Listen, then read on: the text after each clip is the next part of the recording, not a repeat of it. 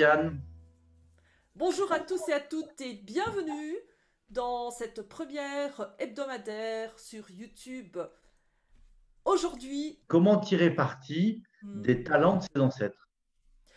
waouh, dis donc, ça va chauffer, il me semble, Clément, parce que, comme tu le sais, hein, très souvent, les histoires de famille, c'est lourd, hein.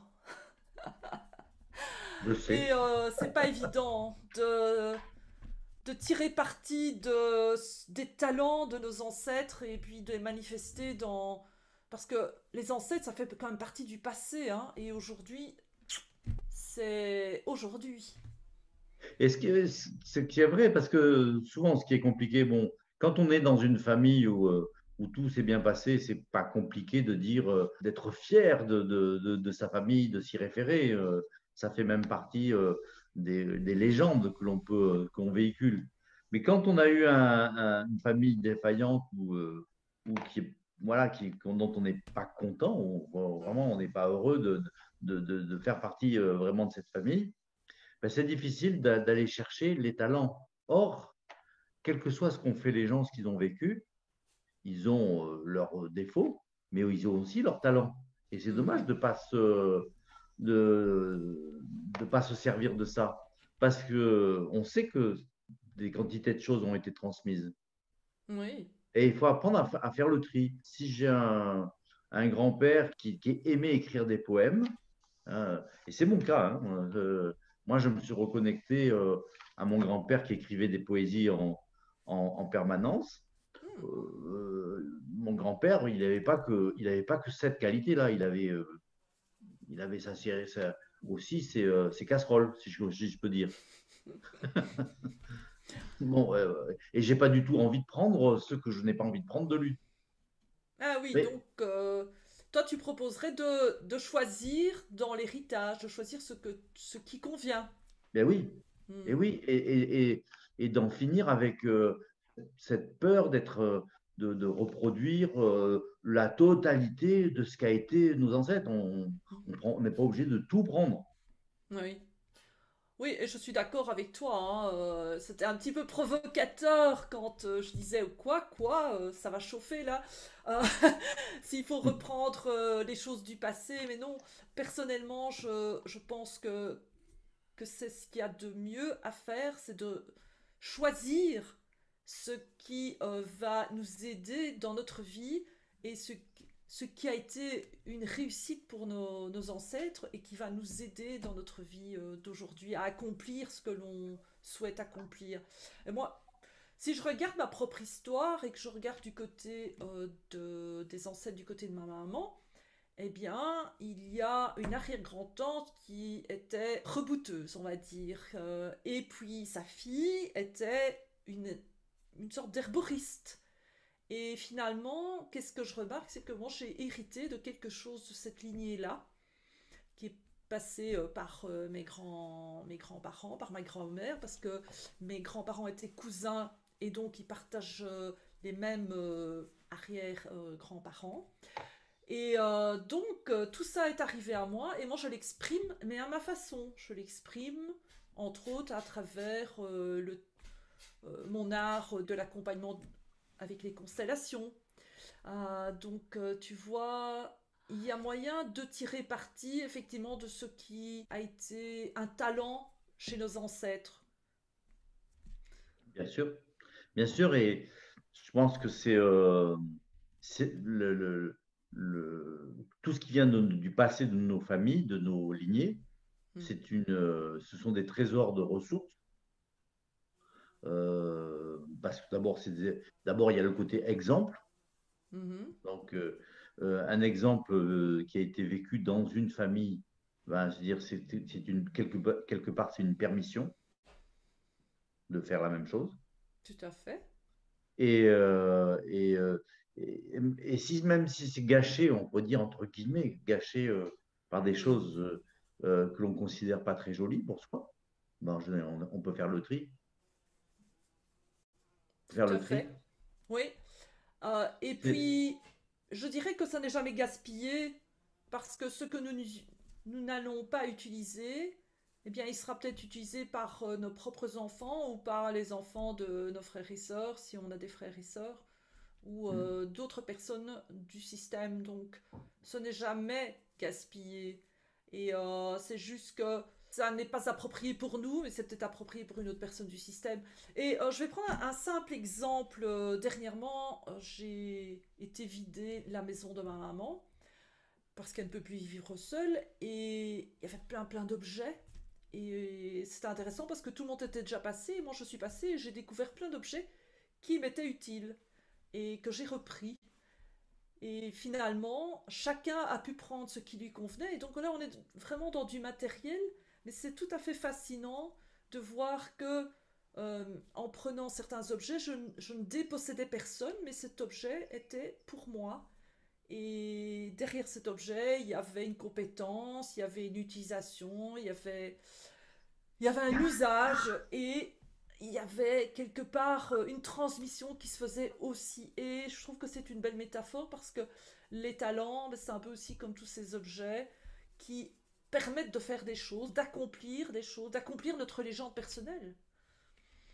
Mais tu sais, ouais, je vois, enfin, je donnais aussi un exemple personnel à la mort de mes parents le dernier décédé étant ma mère, c'est là où tout l'héritage, enfin l'héritage, les biens se sont, comment dire, répartis Partagé. entre les.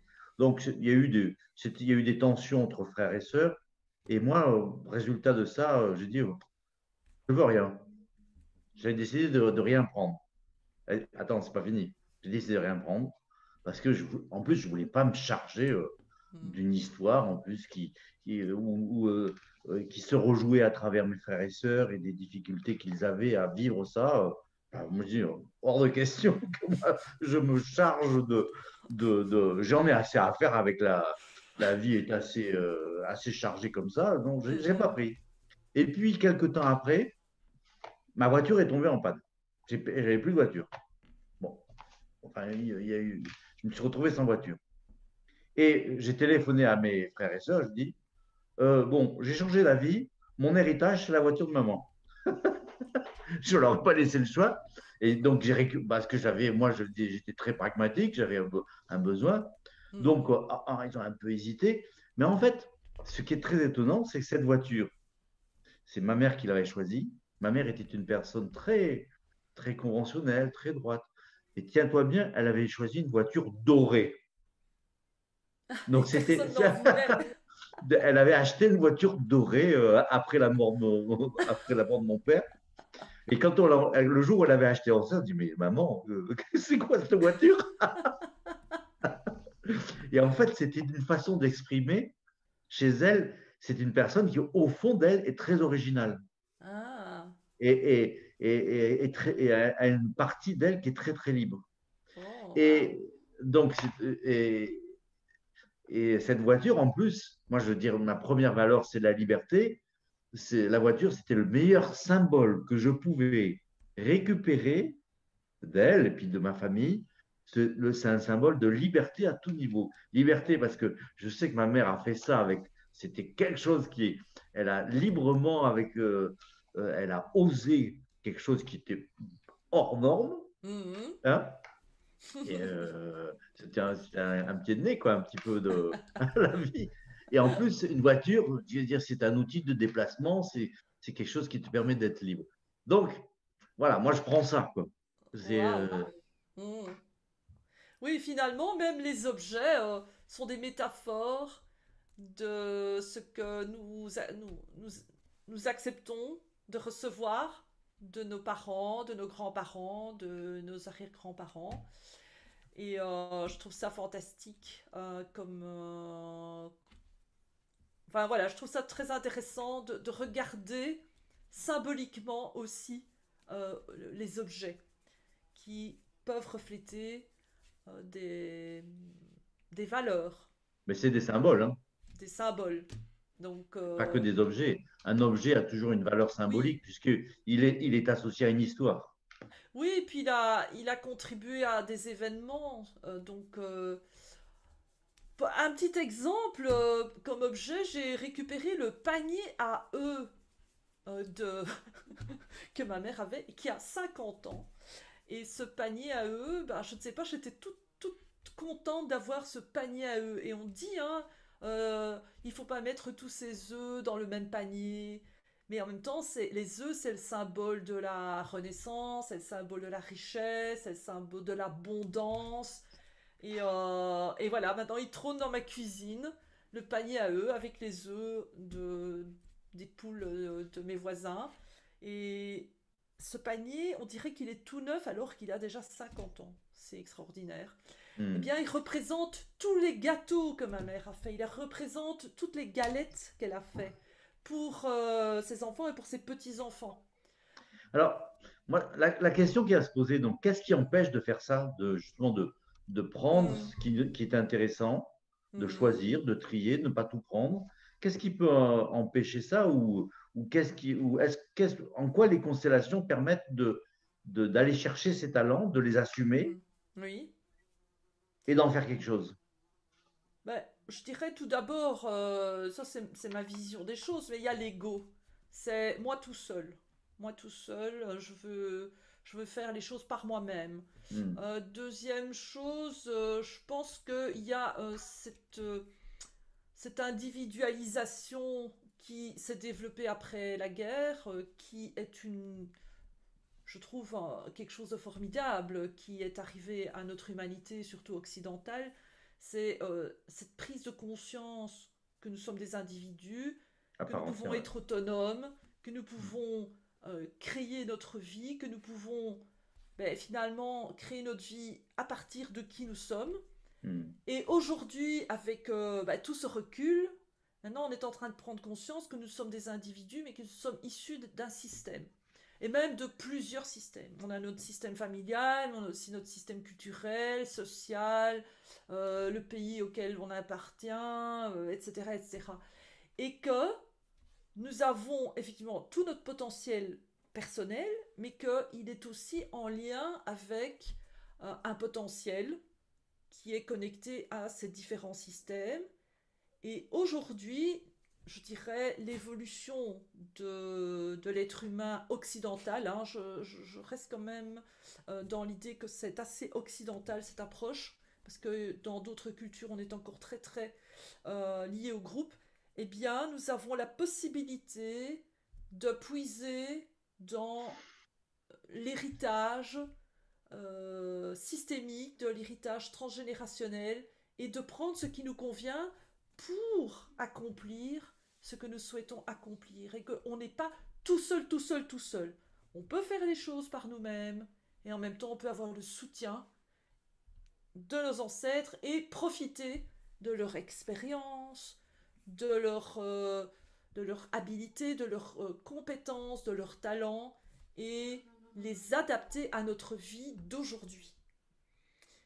Parce que Moi, aussi, c'est une autre raison, là tu me demandais quelles étaient les raisons qui empêchaient, c'est la peur d'être coincé dans quelque chose qui appartient au passé et de ne pas pouvoir être dans notre propre originalité ou de ne pas pouvoir créer du neuf. Et là, dans cette manière de voir, ça permet justement de tirer parti de l'expérience de nos ancêtres oui. et mettre ça au goût du jour, finalement. Oui, oui. Et moi, je partage complètement ce que tu dis là. Même, je vais renforcer. Si avant la guerre 40, très souvent, les gens ne se présentaient pas en leur nom. Ils ne se disent pas qui tu es. Je ne disais pas que je m'appelle Clément Boyer. On disait, je suis le fils de Marc Boyer. Je suis le fils Mm. de la maison Boyer. C'était souvent, pendant très souvent, c'est ça. Et ce qui avait des inconvénients, c'est que en fait, on ne pouvait pas se dissocier, se départir de cette famille où avec, il y avait un patriarche à la limite qui décidait pour tout le monde. Mhm. Donc, c'est vrai que après la guerre, les choses sont complètement changées. Les gens ont pris leur autonomie, leur indépendance par rapport à leur famille, ont pris du recul et ça leur a permis de créer autre chose. Aujourd'hui, je suis complètement d'accord avec toi que c'est intéressant de dire bon, gardons tout ce bénéfice de de ces 70 ans qui viennent de se passer Mm. et réhabilitons, en fait, aussi à l'intérieur de nous, réhabilitons la fierté, à la limite, d'avoir eu un ancêtre qui avait tel talent. Mhm. Même si à côté, il avait des défauts, hein. Mais Ben oui. il était peintre, il était sculpteur, il écrivait des poèmes, il avait été aventurier. C'est très intéressant de Oui. dire, ah, ben, je me reconnais. C'est une façon de se reconnaître, s'identifier à son Mhm. origine. Mhm. Tout à fait. Et Ben l'enjeu, oui. pour moi, l'enjeu, c'est d'apaiser, en fait. Mhm.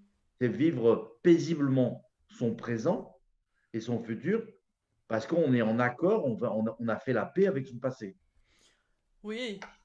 Et d'ailleurs, j'ai une belle constellation pour illustrer cela. J'allais te poser la question, est-ce que tu avais un exemple? Donc, Oui, parfait. cliente que j'ai eue ici au Portugal. Hmm. Elle s'appelle Dulce. Dulce. Et ça veut dire douce en fait. C'est un joli nom, hein. Oui, alors, Dulce. la Et sonore. Dulce, c'est une sculptrice. Elle fait de la céramique et elle fait des sculptures en céramique. Dulce avait des difficultés au niveau de l'inspiration. Parfois, elle manquait vraiment d'inspiration et des fois même, elle manquait de confiance en elle. Et cela avait un impact sur aussi trouver des clients parce qu'elle travaillait principalement sur commande. Et c'est pas évident parce qu'il faut à la fois être inspiré et répondre aux demandes des clients. Donc, parfois, il y avait par exemple des personnes qui lui commandaient des sculptures ou des bas-reliefs qu'on met dans les maisons. Et donc, c'est fait avec de l'argile et des émaux. Et ça peut être parfois assez important. Il n'y avait pas que des particuliers hein, qui commandaient, il y avait aussi des sociétés importantes. Et ben, moi, je lui ai posé différentes questions et puis je lui ai demandé, tiens, euh, est-ce que dans la famille, est-ce que vous êtes la première à être une artiste? Elle me dit, ah non, non, du côté de mon père, euh, c'était des fabricants d'azulejos.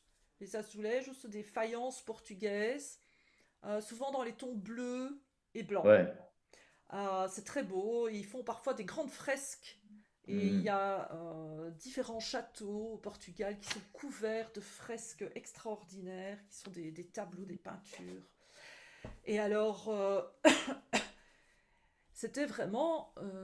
donc ses ancêtres, c'était l'arrière-grand-père. Il avait une énorme entreprise. Et justement, il avait eu des commandes princières, des commandes pour des châteaux, pour des résidences d'été, pour des églises, des cathédrales. Et donc, je lui ai dit, ben tiens, on va placer aussi l'arrière-grand-père. Et ben, elle le place plus ou moins en face d'elle, comme ça. Et puis, je lui demande simplement de prendre contact avec cet arrière-grand-père. Et elle me dit que, en fait, son père et son grand-père, en fait, étaient une des lignées. Bon, parce que cet arrière-grand-père a eu plusieurs enfants. Et il a eu, je pense qu'il a eu 6 enfants. Mais il n'y avait que 2 garçons. Et donc, son grand-père, à elle, n'a pas voulu reprendre l'affaire de l'arrière-grand-père. Il a voulu faire autre chose. Il est parti en Angola. Parce qu'à l'époque, ici au Portugal, il y en avait beaucoup qui partaient en Afrique pour faire fortune. Et donc il est parti en Angola pour faire fortune parce qu'il avait envie de faire les choses par lui-même. Et je trouve que c'est pour ça que c'est un bon exemple par rapport à notre thème du jour. Et donc sur ce, je lui demande de placer ce grand-père. Et le grand-père, en fait, elle le place regardant ailleurs. Et je lui demande aussi de représenter son père à elle. Et là, elle le place ainsi. Et donc je dis, bah tiens, tout ça c'est quand même un monde finalement très masculin. C'est la première euh, femme dans la famille à vivre d'une activité qui utilise de nouveau la terre, hein, comme l'arrière-grand-père, puisque les azulejos, ce sont des faïences faites avec de la terre, et des émaux également. Et elle a évolué avec une technique très très très similaire. Ce ne sont pas des azulejos, c'est des sculptures, mais c'est aussi en terre et avec des émaux dessus. Et finalement, elle, quand elle regarde son système, là, enfin son système, une partie de son système, hein, tous ces hommes, elle ne se sent pas du tout appartenir à tout ça. Et elle me dit qu'elle préfère même tourner le dos à toutes ces disputes aussi entre le patriarche, parce que bon, il avait quand même une grande réputation, il était très très connu au Portugal pour la qualité de son travail. Le grand-père, lui, il était dans son monde en Angola et il a développé son propre business. Et puis le père de ma cliente était simplement un professeur à l'école secondaire. Voilà, alors on prend un peu le temps et je lui dis qu'est-ce que ça fait quand elle tourne le dos parce que finalement c'était ça la position qu'elle avait choisie. Et elle me dit qu'elle se sent fort seule. Qu'elle se sent fort seule, mais en même temps qu'elle fait ce qu'elle veut. Donc elle est dans cette ambivalence de je fais ce que je veux, mais je dois aussi assumer la solitude. Et ça, c'est pas facile. Et en même temps, elle est face à cette difficulté, donc je lui demande de représenter avec aussi un petit personnage. C'est l'inspiration. Bah oui, c'est ce qui lui manquait. Ouais. Et donc je lui... elle place l'inspiration plus ou moins en face d'elle. Elle place l'inspiration parce que c'est ça qu'elle veut, c'est ça qu'elle cherche Mhm. désespérément. Donc là, elle a envie de la voir en face d'elle. Mais quand on regarde, on voit que l'inspiration regarde vers l'arrière-grand-père. Et ça, c'est pas facile du tout pour ma cliente. Alors, je lui demande de se retourner et de regarder vers l'arrière-grand-père et d'essayer une phrase. Donc en constellation, c'est les constellations, c'est une approche, comme vous pouvez voir, c'est une manière de représenter avec des objets ou des personnes un système, par exemple le système familial. On peut représenter des concepts, par exemple ici l'intuition, c'est pas tout à fait un concept, mais L'inspiration. oui, l'inspiration, c'est pas un être humain. Donc on peut représenter par exemple l'inspiration. Et ici, je lui demande de regarder vers son arrière-grand-père et de dire arrière-grand-père, je suis comme toi. J'aime la terre et les émaux. Et d'avoir dit ça, elle s'est mise à bâiller et à respirer. Donc c'est comme si le fait de reconnaître qu'elle était comme son arrière-grand-père, ça permettait de relaxer son corps. Et là, à ce moment-là, l'intuition n'était plus en face d'elle, mais à côté d'elle. C'est Comme, marrant que tu prends intuition pour inspiration.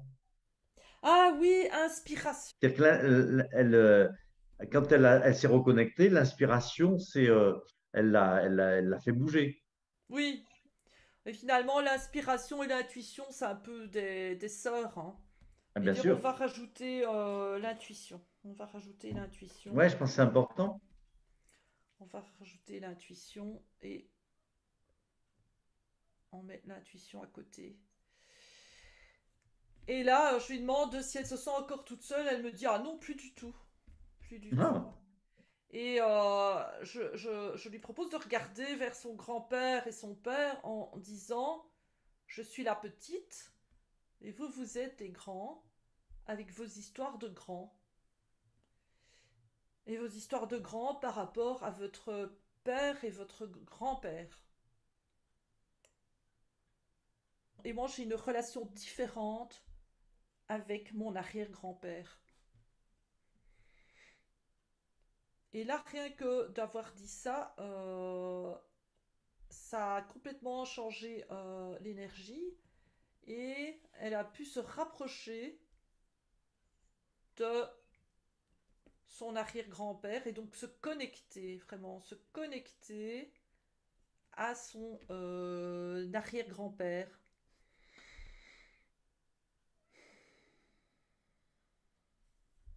elle a senti ce besoin de se rapprocher, Oui, de faire venir l'arrière-grand-père proche d'elle. oui, et même l'arrière-grand-père aussi, parce que lui, il avait vécu une grande souffrance de voir que son fils avait préféré aller en Angola plutôt que de continuer à reprendre l'entreprise et à continuer l'art. Et donc là, il y a comme une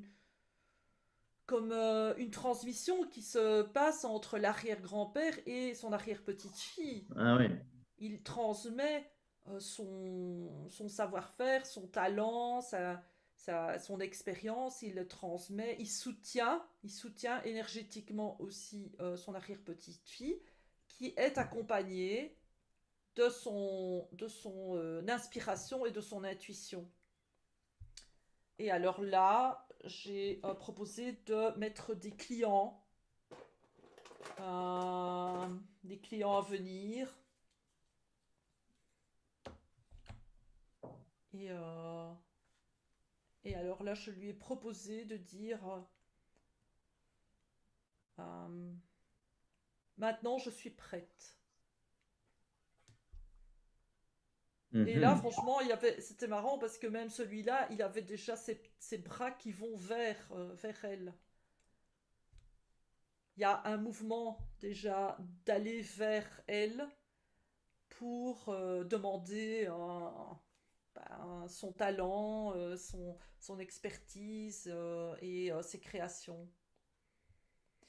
Et alors, ce qui est assez surprenant, c'est que soudainement, qu'est-ce que j'observe, c'est que le, le grand-père qui est parti en Angola, il regarde aussi, et son père aussi. Donc tout le monde regarde finalement euh, la, l'arrière-petite-fille, la petite-fille, la fille, et la regarde et apporte le soutien de la famille pour qu'elle puisse exprimer ce qu'elle a exprimé. Donc, alors j'imagine que tu as envie de savoir comment ça s'est passé par la suite. Ben oui, oui, bien sûr. Oui, eh bien, elle n'a plus eu de panique liée à cette angoisse de ne pas avoir de l'inspiration. D'accord. Et avec les clients, ben, ça s'est passé beaucoup plus facilement. Elle a eu les commandes qu'elle était capable d'honorer et et qui pouvaient lui permettre de vivre décemment. Donc il n'y avait plus de stress par rapport à ça. Moi, je trouve ça très intéressant et ça m'inspire plusieurs remarques que je te soumets, hein, parce que c'est Mhm, et plusieurs remarques, c'est de dire que là, dans cette constellation, on peut faire l'hypothèse que effectivement, pour l'arrière-grand-père, c'était une souffrance, ça a été une blessure que de ne pas transmettre son héritage. mhm, On sait que pour un entrepreneur, pour un créateur d'entreprise, qui va créer une œuvre, parce qu'il sait créer une entreprise, c'est pas juste gagner de l'argent, c'est souvent beaucoup plus fort. Si en plus il s'agit d'une entreprise qui a une dimension artistique, il y a quelque chose de très investi de la part de la personne et il y a une très forte envie de transmettre. Ça fait partie de, des aspirations de l'être humain que de transmettre. Et quand quelqu'un ne peut pas transmettre, et il en est conscient, c'est plus qu'une frustration, c'est une Mhm. blessure. Oui, Ça peut être vécu comme une blessure profonde. Et donc c'est la première chose que je peux constater. Et c'est comme si son arrière-petite-fille venait réparer ça. oui. Mais elle venait réparer avec encore le doute ou la souffrance associée à l'héritage avait pas été Mhm. accepté par les descendants immédiats. Et donc pas assumé.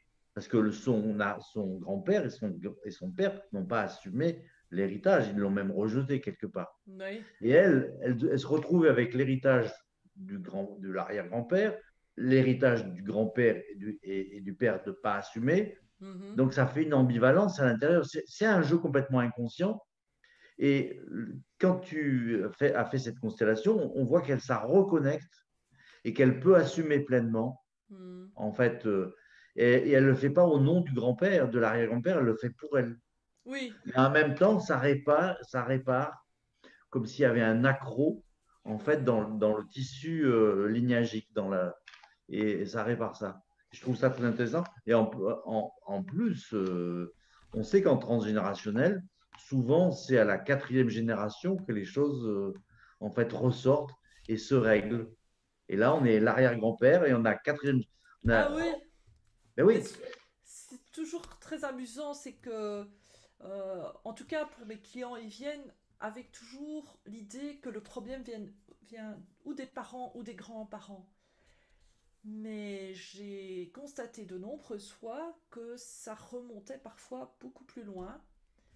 Et ici, je dirais que l'exemple que j'ai montré, eh bien, ça montre aussi que, par exemple, si vous-même qui nous regardez en ce moment et que vous êtes un petit peu déçu ou même très déçu de voir qu'aucun de vos enfants ne- n'est enthousiaste à reprendre l'entreprise familiale ou l'étude notariale ou je ne sais pas moi, votre pratique, ben, ne vous découragez pas parce que le talent et votre expérience, il est encodé au niveau de l'ADN et il n'est pas perdu, il va ressortir dans 3 générations ou 4, il va ressortir, mais embelli, optimisé et adapté à l'époque où il va s'exprimer. Donc moi, je dirais, pas de tracas, ce talent, il est là et il s'exprime de différentes manières.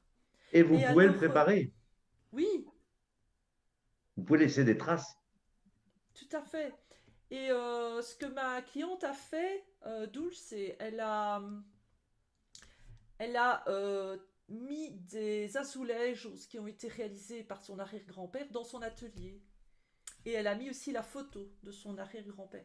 Et donc chaque fois que elle était en manque d'inspiration ou qu'elle avait de l'inquiétude, ben, elle se mettait à dialoguer avec son arrière-grand-père et finalement elle lui demandait son avis, comme dans une sorte d'échange. Et ça devenait une ressource, en fait. Exactement. Intéressant. Et ça, elle a trouvé ça par elle-même parce que, bon, comme elle m'a fait un retour quelques temps après, elle m'a dit, ben voilà, j'ai trouvé cette solution pour rester plus reliée avec mon arrière-grand-père, et voilà. Et elle a aussi fait des recherches sur le travail de son arrière-grand-père, donc elle a pu comprendre aussi l'évolution du travail de son arrière-grand-père, et ça a été une inspiration de nouveau pour elle. Très intéressant, très intéressant. Oui, il y a beaucoup de. Elle est passionnante cette constellation parce elle met en évidence beaucoup de choses. Et puis, Mhm. moi, si on pourrait dire en conclusion, si on prend le cas de la fille, euh, ben, s'il y a quelque chose si par rapport à l'art ou au talent que vous l'exprimez, il y a quelque chose qui ne marche pas bien, c'est juste peut-être une information symptomatique qu'il y a quelque chose qui n'est pas réglé, qui n'est pas assumé. Mhm. Les constellations, pour ça, sont vraiment est un excellent outil pour aller chercher de quoi il s'agit. Pour ceux qui, comme tu disais, pour ceux qui ont un talent qui ne va pas être transmis, en tout cas de leur vivant, Oui. ben, vous pouvez très bien faire comme si ça va être transmis et de préparer cette transmission en écrivant, en laissant des traces, presque en organisant ces traces-là, en disant Mhm. pour ben, un jour, il y a quelqu'un qui le reprendra.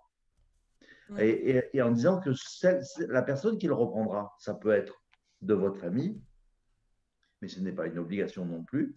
Et ça Mhm. peut être quelqu'un qui va s'associer, se connecter sur vous et qui va reprendre ça. Oui. C'est pas obligé que ce soit dans votre famille, mais enfin, sortez de cette culpabilité de ne pas avoir pu transmettre. Oui. C'est juste, vous avez juste la responsabilité de prévoir, d'organiser une transmission qui se fera un jour. Tout à fait. Waouh, super. En tout cas, si vous avez aimé cette vidéo et que ça vous donne envie d'avoir une séance pour vous-même, envoyez un message à oriane.cormand@gmail.com. Vous allez voir l'adresse passée ici, ci-dessous. Également, si vous avez envie d'apprendre les outils des constellations, nous organisons très très régulièrement, plus ou moins tous les 2 mois, un atelier en ligne, en distanciel sur Zoom, de 3 demi-journées. Là, on va avoir le 14, 15, 16 octobre de 14h à 17h30.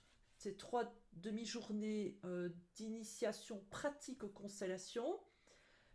Si vous voyez cette vidéo bien après le 16 octobre, visitez l'agenda sur le site academycoachingsystémique.com. Et là, vous aurez toutes les informations. Et surtout, abonnez-vous à la newsletter. Comme ça, vous serez tenu informé de nos activités et de nos offres. Parce que régulièrement, nous faisons des offres.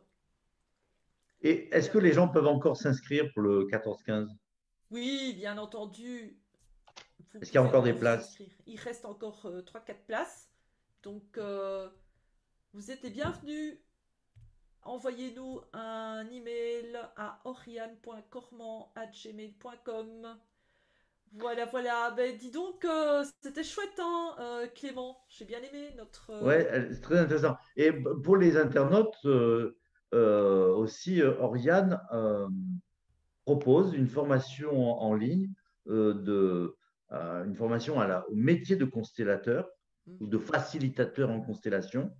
Et c'est première personne à avoir fait ça, c'est de créer une formation en ligne avec qui est mixée avec des distanciels qui Mhm. permet de travailler, de pratiquer. Tout à Voilà. fait. Donc, vous aurez toutes ces informations avec des PDF à télécharger et tout ça sur le site www.academycoachingsystémique.com. On vous dit à bientôt pour ou un direct sur Facebook le lundi à 13h ou notre première sur YouTube le mercredi à 13h également. Voilà, voilà. À bientôt. Merci Oriane, à bientôt vous tous. On vous souhaite le meilleur. Au revoir.